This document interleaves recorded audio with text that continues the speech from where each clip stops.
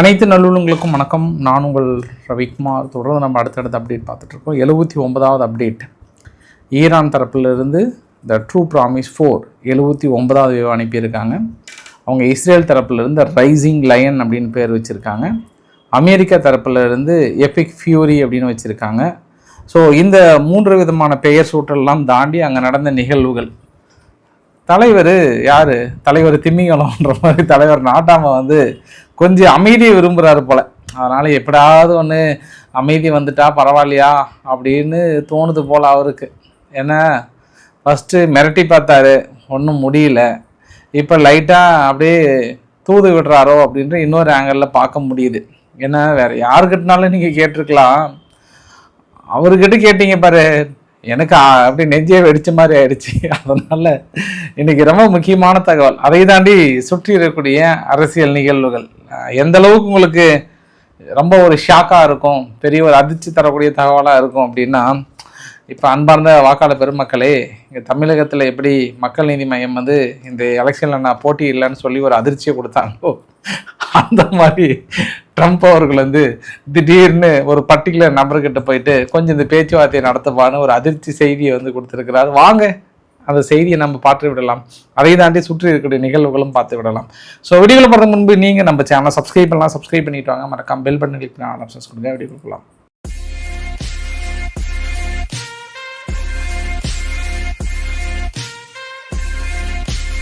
ரொம்ப நாள் ஆச்சு ஒரு மாதிரி நான் சிரித்து பேசி. ஏன்னா இந்த யுத்தகாலம் கொஞ்சம் சீரியஸாக போனதுனால ஒரு மாதிரி தான் இருந்தது. எனக்கே எப்போரா முடியுன்ற மாதிரி தான் இருந்தது. இப்போ பரவாயில்ல, கொஞ்சம் ஃபன் மோடுக்கு லைட்டாக வந்திருக்காங்க. எப்படின்னா இன்றைக்கி காலையில் ஒரு செய்தி, காலையில் இந்திய நேரப்படி சாயந்தரம் வச்சுக்கலாம். ஏன்னா அது அமெரிக்காவுக்கு காலையில், நமக்கு சாயந்தரம். பிரதமர் மோடி அவர்கள்கிட்ட பேசினாராம் ட்ரம்ப் அவர்கள். பேசிட்டு அந்த ஸ்டேட் ஆஃப் ஹார்மோஸ் பகுதியும் தொடர்ந்து ஏசிய நாடுகளுடைய நிலவரங்களும் எல்லாம் கேட்டு அறிஞ்சிக்கிட்டாரா. எப்படியாவது மிடில் ஈஸ்டில் ஒரு அமைதியை கொண்டு வரணுன்றதில் இருதரப்பும் பெரிய அளவுக்கு பேசப்பட்டதாக ஊடகங்கள் வந்தது. அப்புறம் மோடி அவர்கள் தனது எக்ஸலத்தில் போட்டிருந்தாரு, அவங்க தரப்பில் அம்பாசிடர் அவர்களையும் போட்டிருந்தாங்களா. சரி, ஓகே. அப்போ திடீர்னு இங்கே பேசுகிறார் அப்படின்னா அதில் ஏதோ ஒரு காரணம் இருக்குது அப்படின்றத நம்ம புரிந்து கொள்ள முடிகிறது. அப்புறம் இன்னொரு ட்வீட்டு பார்த்தா திடீர்னு ஷபாக் ஷெரீஃப் அவர்கள் இந்த கான்வர்சேஷன்லாம் முடிஞ்சதுக்கப்புறம் அவர் ஒன்று போகிறாரு. யார்? பிரதமர் மோடி அவர்கள் வெளியிட்டதுக்கப்புறம் பாகிஸ்தானுடைய பிரதமர் என்ன சொல்கிறாருன்னா, பாகிஸ்தான் நான் வரவேற்கிறேன், ஃபுல்லாக சப்போர்ட் பண்ணுறேன். நான் இந்த 2 நாடுகளுக்கும் மிடில் ஈஸ்டில் இந்த யுத்தம் நிற்பதற்காக ரொம்ப ஸ்டெபிலிட்டியாகவும் இந்த ரீஜியனில் எந்த அளவுக்கு அமைதி ஏற்படுவதற்கு முழுமையாக நான் அமெரிக்கா, ஈரான், பாகிஸ்தான் எல்லாத்துக்கிட்டையும் நாங்கள் பேச்சுவார்த்தை நடத்த இருக்கிறோம். அதாவது பாகிஸ்தான் நடுநிலை வகித்து அமெரிக்காவுக்கும் ஈரானுக்கும் நடுநிலை வச்சு நான் அது என்ன காம்ப்ரிஹென்ஷன் சொல்லுவாங்க, அந்த மாதிரி பேச்சுவார்த்தையை நாங்கள் தயாராக இருக்கோன்ற மாதிரிலாம் மனசும் போட்டார். சரி, ஏதோ இந்தியா கிட்ட பேசுறதுனால தான் போகிறாரு அப்படின்னு நினச்சேன் நான். அந்த போஸ்ட்டை ரீபோஸ்ட் பண்ணியிருக்கிறாரு. அதுதான் முக்கியம். இப்போ யார்? ட்ரம்ப்பு. திடீர்னு நாளைக்கு தூங்கி எழுந்திரிச்சு நான் ரீபோஸ்ட் பண்ணல, என் அட்மின் பண்ணிட்டாரு அப்படின்னு சொன்னாலும் சொல்லுவார். இருந்தாலும் ரீபோஸ்ட் பண்ணியிருக்கிறார் அப்படின்னா என்ன அர்த்தம்னா, எப்பா எப்படியாவது இந்த போரை நிறுத்திடுங்கப்பா அப்படின்னு சொல்ல வராருன்னா என் உள் மனசுக்கு தோணுகிறது. ஏனென்றால் திடீர் இந்தியா கிட்ட பேசின விவகாரமாக இருக்கட்டும், திடீர்னு அவர் பாகிஸ்தானுடைய பிரதமர் ட்விட்டர்லாம் ரீபோஸ்ட் பண்ணுறாரு அப்படின்னா பார்த்துக்கோங்க, அங்கே பாகிஸ்தான் மக்களே ஷாக்காகி பொத்துன்னு விழுந்துருவாங்கப்பா, முடியலரா கொஞ்சம் தண்ணி கொடுறான்ற அளவுக்கு இருக்கும். சரி, இனியும் ஒரு பெரிய மனுஷன் இப்போ கேட்டுட்டாரு, அவர் நடுநிலை வகிக்கிட்டோம் கொஞ்சம் பேச்சுவார்த்தை நடத்தாயிரான்ற மாதிரி சொன்னாங்க. எனக்கு என்ன சந்தேகம்னா, அப்போ நேற்று வரைக்கும் ஒரு கற்பனை கதையை கட்டி விட்டுட்டு ஈரான் தரப்புலேருந்து பேச்சுவார்த்தை நடத்தினாங்க, ஒரு குரூப் பாகிஸ்தானில் போயிட்டு இறங்கினாங்க, ஆமான்னு கதையை கட்டி விட்டீங்க இல்லையா. அப்போ அது என்ன சொல்கிறது? இந்த இடத்துல நாட்டாமன்னு ஊர் ஃபுல்லாக மரியாதையை கூட்டி வச்சுட்டு கடைசியாக இந்த நாட்டாமையை பார்த்தா 4 பேர் சிரிக்கிற மாதிரி பண்ணிட்டீங்களே ட்ரம்ப் அவர்களே அப்படின்ற மாதிரி தான். இதில் ஈரான் நிஜமாவே கெத்து காட்டுறாங்களான்னா நிஜமாவே அவங்க கெத்து காட்டுறாங்க. இதில் அமெரிக்கா இந்த இப்போ இருக்கக்கூடிய சூழ்நிலை வரைக்கும், இந்த நொடி வரைக்குமே என்னதான் அவங்க ஆயுதங்களை கொண்டு மிடில் ஈஸ்டில் நைட் ஃபுல்லாக ஃபில் பண்ணி வச்சுட்டு அடுத்த கட்ட ஒரு யுத்தத்துக்கு நாங்கள் தயார்ன்ற மாதிரியான அறிவிப்புகள்லாம் கொடுத்துருந்தா கூட ஈரான் இந்த நொடி வரைக்கும் அவங்க பயப்படல, தைரியமாக இருக்கிறாங்க, கெத்தாக இருக்கிறாங்க. இன்னும் என்ன சொல்கிறாங்கன்னா, எங்களுக்கு ஒன்றும் இல்லை, சிம்பிள் 3 கண்டிஷன் தான். எங்களை ஈரான் நீங்கள் ரெகனைஸ் பண்ணிவிடுங்க, அப்புறம் ரெஜிட்மெண்ட் ஒரு ரைட்ஸ் கொடுத்துருங்க, இதுக்கப்புறம் நாங்கள் தனி நாடு மாதிரி தான், லைக் இந்தியா எப்படி ஒரு தனி நாடாக ஜனநாயக நாடாக பண்ணுறாங்களோ அது மாதிரி தான் நாங்களும் பண்ணுவோம். ஒரு எக்ஸாம்பிளுக்கு சொல்கிறேன் நான். இப்போ நீங்கள் எப்படி தனி நாடாக ஒரு ரைட்ஸாக இருக்கீங்களோ அந்த மாதிரி நாங்கள் இருக்கலாம். தேவையில்லாமல் எங்கள் நாட்டுக்குள்ளே வந்து நீங்கன்னா அமெரிக்காவை சொல்கிறேன், தேவையில்லாமல் எங்கள் நாட்டுக்குள்ளே வந்து நீங்கள் தடைகள் விதிக்கிறதோ அதை பண்ணக்கூடாது இதை பண்ணக்கூடாது அதை சொல்லவே கூடாது. ரெண்டாவது, இந்த தாக்கல் நடத்துனீங்க இத்தனால கொஞ்சம் பேங்க்கில் டெபாசிட் பண்ணிவிடுங்க, அந்த தொகையெல்லாம் கொஞ்சம் பண்ணி விட்டிங்கன்னா கொஞ்சம் சிறப்பாக இருக்கும் அமெரிக்கா. மூன்றாவது என்ன அப்படின்னா, இன்டர்நேஷ்னல் கேரண்டி எங்களுக்கு கொடுத்துருங்க, இந்த ஃபியூச்சர் அக்ரிகேஷன். இதுக்கப்புறம் எப்போவுமே வாழ்நாளில் நான் ஈரான் பக்கம் திரும்பி கூட படுக்க மாட்டேன்றது சொல்லிடுங்க. மீதி இந்த ஆயுதங்களை குறைக்கிறேன், அணு ஆயுதம் இருக்கக்கூடாது, அதை பற்றிலாம் பேசவே கூடாது, திரும்பி பார்க்காம போயிடணும். இந்த பேச்சுவார்த்தைக்கு வரதுனா வாங்க, இல்லைனா போயிட்டே இருங்க அப்படின்னு அவங்க தரப்பில் சொல்கிறாங்க. அப்போ இதில் யார் கெத்து காட்டுறது? நேற்று வரைக்கும் அந்த அமெரிக்கான பேச்சுவார்த்தையில் எங்கள் பக்கம்தான் இருக்கும், நாங்கள் தான் கெத்தாக இருப்போம், நாங்கள் வந்து பேச்சுவார்த்தைக்கெல்லாம் பேச தயாராக இல்லை அப்படின்றாங்க. அப்பயும் நீ இந்த பழைய கண்டிஷனையே கொண்டு வந்து நிறுத்தின நீங்கள் இன்னைக்கு வந்து இந்த கண்டிஷன்.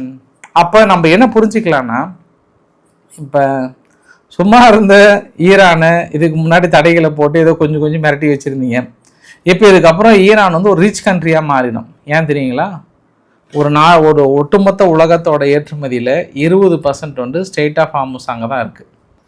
இப்போ இதுக்கப்புறம் அவங்க என்ன பண்ண போகிறாங்கன்னா, ஸ்டேட் ஆஃப் ஹார்முஸை தனது கட்டுப்பாட்டில் எடுத்து ஒவ்வொரு இதுலேயும் வந்து டோல்கேட் போட்டு வசூல் பண்ண போகிறாங்க. ஒவ்வொரு கப்பலும் எப்படி ஒவ்வொரு கப்பல்கிட்டையும் டோல்கேட்டை போட்டு வசூல் பண்ண போகிறாங்க. அப்ராக்சிமேட்டாக ஒரு நாளைக்கு 250-300 கப்பல் கிட்டத்தட்ட போகுதுன்றாங்க. அது சாதாரண அமௌண்ட்லாம் இல்லை, எல்லாமே வந்து 10 கோடி 15 கோடின்றாங்க இந்திய மதிப்பில். எப்பான்னு இப்படி சும்மா இருந்த நாட்டை வந்து கல்லாப்பட்டி சிங்காரம் மாதிரி மாற்றி விட்டுட்டு அவங்க பாட்டுக்கு ஒரு ஓரமாக இருந்திருப்பாங்களே, திடீர்னு இந்த தாக்குதல் நடத்தி திடீர்னு இப்போ பேச்சுவார்த்தைன்னு வந்தா ஈரான் கண்டிப்பாக இதுக்கு மேலாம் அவங்க இறங்கி வர மாட்டாங்க. அவங்க இஸ்ரேல் ஒரு பக்கம் கான்ஃபிடென்ட்டாக இருக்கிறாங்க, ஆனால் அந்த கான்ஃபிடென்ட் அமெரிக்கா கிட்ட இருக்கான்னா சுத்தமாக இல்லை. சுத்தமாகவே அவங்க கிட்டத்தட்ட இன்னொரு 2-3 நாள் போனால் கிட்டத்தட்ட கம்ப்ளீட் சரண்டர் ஆகிறாங்களா இல்லை 7:30 கூட்டி விட்டுட்டு கிளம்புறாங்களான்றது நம்ம இன்னொரு ஆங்கிளில் பார்க்கணும். அதற்காக இந்த யாரனாலும் நீங்க உலகத்துல ப்ரெடிக்ட் பண்ணிடலாங்க. ஒரு ட்ரம்ப் அவர்கள் நான் பார்க்குறேன், காலையில் ஒரு ட்விட்டு போறாரு, சாயந்தரம் ஒன்று போறாரு.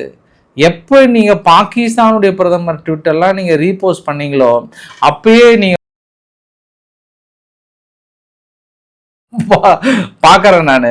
நீங்கள் அமெரிக்கா மக்களே அப்படிதான் பார்ப்பாங்க, ஓ யாருப்பா அவர் கொஞ்சம் ஓரம் ஒதுக்கி வைப்பான்ற மாதிரி தான்.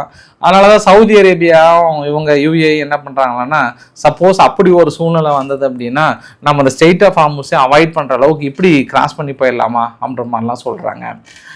இன்றைக்கி நம்மளோட இந்திய கப்பல் ஒரு 2 கப்பல் அங்கேருந்து வந்தது இல்லையா, அது கூட நம்ம இந்தியாவுடைய ராஜேஷ்குமார் சின்ஹா அவர்கள் ஸ்பெஷல் செக்ரட்டரி ஆஃப் மினிஸ்டர் வந்து என்ன சொல்லியிருந்தாருன்னா, இதுக்கு போர்ட்ஸ் அண்ட் ஷிப்பிங்க்கு நான் இதுமாதிரி இந்தியா வந்து எந்த அமௌண்ட்டும் கொடுக்கல, அவங்க வந்து அனுப்பிட ஈரான் வந்து அதெல்லாம் எதுவும் கேட்கல, ஆனால் பணம் வாங்குறது எங்ககிட்ட வாங்கலை அப்படின்ட்டு சொல்கிறார். பட் ஆனால் சீனா என்ன சொல்கிறாங்கன்னா, சீனா ஊடகங்களோ இன்றைக்கி கூட ஒரு சீனா கப்பல் வந்தது, சீனா ஓனர்ஷிப் கிட்ட வாங்கினாங்களாம், எல்லாமே யுவானில் பே பண்ணணும் அப்படின்ற மாதிரி வந்து சொல்கிறாங்க அப்ராக்சிமேட்டாக. ஆனால் நம்ம இன்னொரு ஆங்கிள் பார்க்க முடியுது, உலகளாவிய அளவில் ஒரு தாக்கத்தை ஏற்படுத்திட்டாங்க. ஈரான் வந்து ஸ்டேட் ஆஃப் ஹார்முஸ் தனது கண்ட்ரோலுக்குள்ளே கொண்டு வந்துட்டு பிலிப்பைன்ஸ் வந்து தனது முழுமையான எமர்ஜென்சி டிக்ளேர் அனௌன்ஸ் பண்ணிட்டாங்க. நேஷ்னல் எமர்ஜென்சி டிக்ளேர் அப்படின்னா நான் ஒன்றுமே இல்லைன்ட்டாங்க எங்ககிட்ட, இன்னொரு 5 நாள் தான் வரும்ன்றாங்க பிலிப்பைன்ஸ். ஆஸ்திரேலியா இன்னும் 2 நாள் தான் இருக்கும். எவ்வளோ பெரிய நாடு ஆஸ்திரேலியாலாம், அவங்க தங்கிட்ட கூடிய ரிசர்வ்லாம் ரிலீஸ் பண்ண பயங்கரமாக சொன்னாங்கல்ல, அவ்வளோதான் இன்னும் 2 நாள் தான் வரும். சூப்பர் மார்க்கெட் இயங்கலை, பெட்ரோல் பங்க் இயங்கலான்றாங்க, ஃபுல்லாக அடின்றாங்க. இப்போ திடீர்னு இவங்க ஈரான் என்ன பண்ணிட்டாங்க, அந்த சவுத் பாஸ் ஃபீல்டு இருக்கு இல்லையா, அது டேமேஜ் நிறையா இருக்குது, அதனால் எங்களால் துருக்கியை ஏற்றுமதி பண்ண முடியாது, சாரி துருக்கி அப்படின்னு சொல்லிட்டு துருக்கிக்கு நிறுத்திட்டாங்க. அதனால் துருக்கியுடைய பவர் ப்ரொடக்ஷனே இந்த இடத்துல வந்து ஸ்டாப் ஆகுது. இப்போ நீ காலையில் ஃப்ரெஷ்ஷாக கத்தார் என்ன பண்ணிட்டாங்க, ஏதோ மீதி கொஞ்சம் வேலை செஞ்சுட்டு இருந்தது எல்என்ஜி டெர்மினல், அது இத்தாலி, பெல்ஜியம், சவுத் கொரியா, சீனா அவங்களுக்கு க்ளோஸ் பண்ணிட்டாங்க, இல்லை சாரின்னு கை விரிச்சிட்டாங்க, ஒட்டுமொத்தமாக கை விரிச்சிட்டாங்க. இது எல்லாமே நம்மளுக்கு சாதாரணமாக தெரியும். இன்னும் ஒரு 15 நாள் 20 நாளுக்கு அப்புறம் பார்த்தோன்னா பெரிய ஒரு லாக்டவுனை நோக்கி நம்ம நகர்றோம். லாக்டவுன்னா இதெல்லாம் அத்தியாவசிய தேவைகள், இதெல்லாம் பெட்ரோல், டீசல், கேஸ் இதெல்லாம் வந்து அத்தியாவசிய தேவைகள். இதெல்லாம் இது இல்லைன்னா ஒரு நாடே முடங்கி போயிடும். இப்போ பெரிய பெரிய ஜாம்பவான்களே வந்து மாட்டிட்டு முழிக்கிறாங்க எல்லா நாடுகளுமே. இன்றைக்கி வந்து ஐரோப்பா வந்து ஆல்மோஸ்ட் தனது ரிசர்வ் வந்து ஃபுல்லாக குறையுது அப்படின்னு அனௌன்ஸ் பண்ணியிருக்காங்க. அதனால் இன்றைக்கி எவ்வளோ தடை போட்டாங்க ரஷ்யா மீது. இன்றைக்கி ஐரோப்பா கேள்விப்பட்டேன் தடைகள் நீக்கலாமான்ற ஆலோசனைகள் இருக்காங்க. அவசர கதியில் வேறு வழியே இல்லை அப்படின்றாங்க. ஸோ இது எல்லாமே நம்ம இந்த ஒரு எமர்ஜென்சி சுச்சுவேஷனில் மாட்டிக்கிட்டோம் அப்படின்னா அடுத்த மிகப்பெரிய ஒரு சுச்சுவேஷன்னா ஃபெர்டிலைசர், உரம் ஏற்றுமதி வந்து கம்ப்ளீட்டாக நின்று போச்சு. நான் உங்ககிட்ட இந்த பதிவு நான் எத்தனாவது எபிசோடுன்னு தெரியல, அந்த எபிசோடில் சொல்லியிருந்தேன் நான். அடுத்து நம்ம மிகப்பெரிய ஒரு இது விவசாய பொருட்கள் உற்பத்தி பாதிக்கப்படுது அப்படின்னா உலகளாவிய அளவில் உணவு பஞ்சம் ஏற்படுறதுக்கு வாய்ப்புகள் இருக்குது. இது பெரிய ஒரு பாதிப்பு. இது நம்ம யாருமே இயற்கை சார்ந்த விவசாயிகள் கிடையாது. உரமே இல்லாமல் நம்ம யாரும் அங்கே விவசாயம் பண்ணுறதில்ல, மாறிடுச்சு. அதை மறுபடியும் நம்ம இயற்கை விவசாயமாக மாற்றினா 4-5 வருஷம் ஆகிடும். இப்போ அது வந்து அடுத்த ஒரு பாதிப்பு வருது. இதனால தான் ரொம்ப கவலைக்குரிய விஷயமாக இருக்குது. கோட்டசாமி இப்போ வந்து உணர்ந்திருப்பார் போல. ஆனால் நான் மறுபடியும் சொல்கிறேன், இந்த பேச்சுவார்த்தையில் 2 நாடுகள் ரொம்ப கெத்தாக்குறாங்க. ஒன்று வந்து இஸ்ரேல், அவங்க ரொம்ப கான்ஃபிடென்ட் ஆகுறாங்க, கண்டிப்பாக ரிஜிம் சேஞ்ச் வந்துடும் அப்படின்ற கான்ஃபிடென்ட் இருக்காங்க. ஈரான் தரப்புலேயும் அவங்க கான்ஃபிடென்ட் ஆகுறாங்க, அடித்து பிரித்து மேய போகிற இஸ்ரேல் அப்படின்ற மாதிரி. ஏன்னா இன்றைக்கி நடத்திய தாக்குதல் கூட உங்களுக்கு நான் எக்ஸ்பிளைன் பண்ணுறேன் பாருங்கள். இஸ்ரேல் வந்து இந்த கடைசி நேர சந்தர்ப்பத்தை இஸ்ரேலும் பயன்படுத்துகிறாங்க, ஈரானுமே வந்து பயன்படுத்திட்டு தான் இருக்காங்கன்றது ஒரு கூடுதல் தகவலாக பார்க்க முடியுது நம்மளுக்கு. இப்போ மிக முக்கியமான விஷயம் என்னென்னா, இன்னைக்கு ஜெர்மனியினுடைய பிரசிடென்ட் வந்து ஃப்ராங்க் அவர்கள் பேசுகிறாரு, தேவையில்லாத வேலை இந்த மனுஷனுக்கு, இந்த வார்ப்பு தேவையா, என்ன நான் எல்லாம் நாட்டை இப்படி பண்ணிட்டு போயிட்டாருன்னு அவர் புலம்பிட்டு இருக்கிறாரு. யாரு? ஜெர்மனியுடைய பிரசிடென்ட் வந்து இப்படியே மைக்கில் பேச ஆரம்பிச்சிட்டாரு. ஆனால் இந்த நியூஸ் எல்லாம் ஒரு பக்கம் போக எனக்கு த நியூயார்க் டைம்ஸ் வந்து எப்படி இந்த நியூஸை வெளியிட்டாங்க, சவுதி அரேபியா வந்து அமெரிக்கா கிட்ட கேட்குறாங்களா, அமெரிக்கா இது மாதிரி அமெரிக்கா நீங்கள் வந்து ஈரான் மீது தாக்கல் நடத்துறதை மட்டும் நிறுத்தாதீங்க ப்ளீஸ், கொஞ்ச நாள் நடத்திட்டே இருங்க அப்படின்ற மாதிரி வந்து தொடர்ந்து ரெக்வஸ்ட் வச்சுட்டே இருக்காங்கன்ற மாதிரி வந்து கேட்டிருக்காங்களாம். என்னவோ தெரியல. ஆனால் ஒரு விவகாரத்தை நம்மளால் பார்க்க முடியுது, சவுதி அரேபியா ஓரளவுக்கு அட்லீஸ்ட் தங்கிட்ட இருக்கிற 100% ஏற்றுமதி இல்லைனாலும் 50% வந்து இப்போ அந்த செங்கடல் வழியாக ஏற்றுமதி பண்ணிட்டு இருக்காங்க. அந்த வகையில் மற்ற நாடை விட சவுதி அரேபியா கொஞ்சம் ஓகே பரவாயில்ல தப்பிச்சுட்டு இருக்காங்கன்ற ஆங்கிலையும் பார்க்க முடியுது. இப்போ தான் நம்ம அங்கே இருக்கக்கூடிய தாக்குதல் நிலவரத்துக்கு போகிறோம். நம்ம இந்த டோரு சாத்துறோம்னா சீக்கிரம் சாத்துங்க, சும்மா கோயங்கன்ட்டு. இப்போ தான் நம்ம வந்து டெல்லவியூ கிட்ட போகிறோம். நம்ம அந்த பதிவுகள் காட்டுறோம் பாருங்க. அதாவது ஈரான் என்ன பண்ணிட்டாங்க, ஒரு 100 கிலோ வெடிமருந்து வந்து ஒரே இடத்துல அடித்தா எப்படி இருக்கும் அந்த மாதிரியான விஷயம். 100 கிலோ வெடிமருந்து டெல்லவியூவில் புகைப்படங்களும் இருக்குது, வீடியோ பதிவுகளும் இருக்குது, எலும்பு கூடுகளாக காட்சியளிக்கிறது. இது ஆல்மோஸ்ட் 3வது இன்சிடென்ட். இது ஏற்கனவே டிமோனோ அராத் அப்படின்ற 2 பகுதி குடியிருப்பு பகுதியே ரொம்ப ஒன்றுமே இல்லாமல் ஆயிடுச்சு. அவங்க இறப்புகள் மறைச்சாங்களான்னு தெரியல, ஆனால் நிறைய காயம் அடைந்திருக்காங்கன்னாங்க. இன்றுமே அதுதான் சொல்கிறாங்க. ஆனால் எலும்பு கூடுகளாக காட்சியளிக்கிறது அங்கே இருக்கக்கூடிய பதிவுகளும் பார்க்க முடியுது. அதை தாண்டி 79வது வேவ் வந்து இன்னைக்கு ஈரான் அனுப்பியிருந்தாங்க இஸ்ரேல் மீது. இந்த 79வது வேவ் இஸ்ரேல்கிட்ட ரீச் ஆகிறதுக்கு முன்பு உங்களுக்கு இன்னொரு விஷயத்தையும் நான் சொல்லிடுறேன். நான் எப்படி இஸ்ரேல் வந்து தனது தாக்குதலை கடைசி நேரத்தில் தொடர்ந்து பயன்படுத்திட்டு இருக்காங்கன்றதையும் பார்க்க முடியுது. நான் இன்னொன்று சொல்லிடுறேன், அதுக்காக நான் இது வந்து கடைசி நேரம்னு சொல்ல முடியாது. ஏன்னா உலகத்தில் வேறு யாருனாலும் நீ ப்ரிடிக்ட் பண்ணிவிட்டு ஜியோ பாலிட்டிக்ஸ் பேசிடலாம். ட்ரம்ப்பை மட்டும் யாராலையும் இன்க்ளூடிங் அவங்க மனைவியால் கூட அவங்க ப்ரிடிக்ட் பண்ண முடியாது. அந்த அளவுக்கு ஒரு டேஷ் ஆக்குறாரு அவர். ஆனால் அதை வச்சு நம்மளால் எதுவுமே சொல்ல முடியாது. திடீர்னு நாளைக்கு காலையில் எழுந்திரிச்சு ஹலோ வாங்க ஈரான் அராச்சி வாங்கன்னு கை கொடுத்து சிரித்து பேசினாலும் பேசுவார் அவர். அந்த மாதிரி ஆள் தான் அவர். திரும்பி போனால் கூட அட வாப்பா சும்மா என்னப்பா கோச்சிக்கிட்டு வாப்பான்னு சொல்கிற மாதிரி தான் சூழல் இருக்குது. அதனால் நான் சொல்கிறேன், நான் என்னால் ப்ரிடிக்ட் பண்ண முடியல, இதிலிருந்து நான் விலகணும் அப்படின்ற ஒரு வார்த்தையும் சொல்லிட்டு அங்கே மொத்தம் ஒரு 7 இடத்துல தாக்கல் நடத்துகிறாங்க. இஸ்ஃபஹான் மீது கடுமையான ஒரு தாக்கல் நிகழ்த்தியிருந்ததை பார்க்க முடியுது. ஸ்ராஸ்ன்ற பகுதியில் இது எல்லாமே அவங்களுடைய, அதாவது ஈரானுடைய மிக முக்கியமான தொழில் மையங்கள், ஆயுத ப்ரொடக்ஷன், ட்ரோன் ப்ரொடக்ஷன் இருக்கக்கூடிய பகுதி. சிராஸ்ன்ற பகுதியில் 4 இடத்துல வந்து பிளாஸ்ட் ஆகிருக்கு. அங்கே இடத்துல ஐஆர்ஜிசினுடைய ஏர்ஃபோர்ஸ் விங் ஒன்று இருக்குது, அதையும் அடிச்சதா சொல்கிறாங்க. அப்புறம் புஷேர் நேற்றே அடித்தாங்க. புஷேனுடைய நேவல் பேஸை மறுபடியும் இன்றைக்கி மிச்சம் சொச்சம் இருக்கிறது அந்த இடத்துல வந்து இஸ்ரேல் வந்து தாக்கல் நடத்தியிருந்தாங்க. தெஹரானில் மறுபடியும் எலும்பு கூடுகளாக காட்சி அடிக்கின்ற கட்டிடங்கள் சுற்றியும் அந்த அளவுக்கான தாக்குதல். ஆனால் இன்றைய தாக்குதல் எனக்கு என்ன சந்தேகம்னா, அமெரிக்கா இன்றைய தாக்குதல் நிகழ்த்தியதானா எனக்கு சந்தேகமாக தான் இருக்குது. அமெரிக்கா அவங்க ஆயுதங்களை கொண்டு வந்து இறக்கிட்டு இருக்காங்க, பெருசாக வந்த மாதிரி தெரியல. ஒரே ஒரு B2 ஸ்ட்ராட்டஜிக் பாம்பர்ஸ் ஒன்று மதியம் பறந்ததாக சொல்கிறாங்க. அதுவுமே எனக்கு தாக்கல் நடத்தின மாதிரி தெரியல. ஒரு ரவுண்ட் ஷேப்பாக போட்டுட்டு மறுபடியும் ரிட்டர்ன் போயிட்டாங்கன்ற மாதிரி தெரியுது. பட் நாளைக்கு வரைபடங்கள் வந்தால் தான் தெரியும். ஏன்னா அமெரிக்கா ஃபுல்லாக ஆஃப் மோடில் இருக்காங்களோ, இல்லை அடுத்தது ப்ரிப்பேர் பண்ணுறாங்களா, இல்லை பொட்டியை கட்டிட்டு கிளம்பலாமா, இல்லை இஸ்ரேல் மட்டும் கோத்து விட்டுட்டு போயிடலாமா அப்படின்னு பல சிந்தனையில் மலாந்து படுத்துட்டு இருக்காங்க அவங்க. அது இஸ்ரேல் வந்து என்ன பண்ணுறாங்கன்னா, இன்னொன்று இந்த டயர் ஜோன்னு சொல்லிட்டு சதன் லெபனான் பகுதி இருக்கு இல்லையா, அந்த பகுதியில் ஒரு குறிப்பிட்ட ஏரியாவை வெளியேற சொல்லிட்டு அடிச்சிட்டாங்க ஃபுல்லாக. ஹெஸ்புல்லானுடைய மற்றொரு ஹெட் குவார்ட்டர்ஸ் அடிச்சுன்னு சொல்லிட்டு அந்த லிட்டானி ரிவர் மட்டும் ஒரு 8 இல்லை 9 பிரிட்ஜுக்கு மேலே இருக்குது. ஒவ்வொரு பிரிட்ஜாக தேடி தேடி இந்த பக்கம் இருந்து மக்கள் அந்த பக்கம் போகாத மாதிரியும், அந்த பக்கம் இருந்து இந்த பக்கம் வர முடியாத அளவுக்கான தாக்குதலை தொடர்ந்து நிகழ்த்திட்டு இருக்காங்க. தனது கிரவுண்ட் ஃபோர்ஸை தொடர்ந்து லெபனானுக்குள்ளே அனுப்பிட்டு இருக்காங்க. அது இல்லாமல் நாங்கள் சதன் லெபனான் பகுதியை முழுமையாக நாங்கள் அபகரிக்க போகிறோன்ற மாதிரி, எங்கள் கண்ட்ரோலுக்குள்ளே கொண்டு வர போகிறோன்ற மாதிரி இஸ்ரேல் ரொம்ப திடகாத்திரமாக இருக்கிறாங்க. அதற்காக ஹெஸ்புல்லா வந்து தாக்குதலை குறைத்திருக்கிறார்கள் என்றால் குறைக்கவில்லை. இங்கே பாருங்க, இந்த தாக்குதலை ஒட்டுமொத்தமாக இது இன்னைக்கு 22ஆம் தேதி லாஸ்ட்டாக 26 கிளைம் பண்ணியிருக்காங்க அட்டாக் பண்ணுறதுல. அதாவது மற்ற நாள்லாம் கூட 17, 18, 19 கூட 30 மீதில் வந்து 26 பக்கம் வந்து அட்டாக் பண்ணியிருக்காங்க. அப்போ அவங்க ரெஸ்ட்லாம் இல்லை, அவங்களும் ஈரான் மாதிரி தொடர்ந்து சர்ப்ரைஸ் கொடுத்துட்டு தாங்கிறாங்க. லெபனானுடைய பிரசிடென்ட் அவர் என்ன சொல்கிறாருன்னா, இஸ்ரேலுக்கிட்ட நீங்கள் இந்த 2024 ஒரு சீஸ்ஃபயர் ஒப்பந்தம் ஏற்படுத்தணும் இல்லையா, அதை இஸ்ரேல் நீங்கள் அமுல்படுத்திங்கன்னாவே போதும், மீதி நான் பார்த்துக்கிறேன், நீ அங்கேருந்து வெளியேறிடுங்க, நான் ஹிஸ்புல்லா என் கண்ட்ரோலுக்குள்ளே கொண்டு வந்துடுறேன் அப்படின்னு சொல்கிறாரு. பட் அது எந்த அளவுக்கு சாத்தியம்னு தெரியல. ஆனால் முதல் முறையாக லெபனானில் இருக்கக்கூடிய ஈரான் அம்பாசிடரை வெளியேற சொல்லிட்டாங்க. நீ கிளம்புபா, போதும், உன்னால் ஏகப்பட்ட பிரச்சனையாக இருக்குது அப்படின்னு கிளம்ப சொல்லிட்டாங்க. ஏற்கனவே சவுதி அரேபியா, UAE, கத்தார் இவங்கள வெளியேற சொல்லியிருக்காங்க. இப்போ அந்த வரிசையில் லெபனானும் வெளியேற சொல்கிற மாதிரி பார்க்குறேன் நான். தொடர்ந்து லெபனான் ஒரு கவலைக்குரிய பகுதியாக இருக்கிறது. அந்த சதன் லெபனான் மற்றொரு காசாவாக உருவெடுத்து கொண்டிருக்கிறது அப்படின்னு குறிப்பிடத்தக்க அந்த விஷயம். அந்த சிரியாவுக்குள்ளார இந்த PMF அப்படின்னு சொல்லுவாங்க, பாப்புலர் மொபிலைசேஷன் கமிஷன் சொல்லிட்டு ஒரு அங்கே ஈராக்கில் எதிர்கட்சியாக பொறுப்பில் இருக்கிறாங்க. பட் அவங்க ப்ரோ ஈரானியன் குரூப்ஸு, ரொம்ப ஒரு பெரிய தலைவராங்க அவர். நான் ஏதோ சாதாரணமாக இற போட்டாங்க அப்படின்னு நினச்சேன் நான். ஆனால் இந்த க்ரௌடு எல்லாம் பார்க்கும்போது தெரியுது அது ரொம்ப பெரிய கையாது.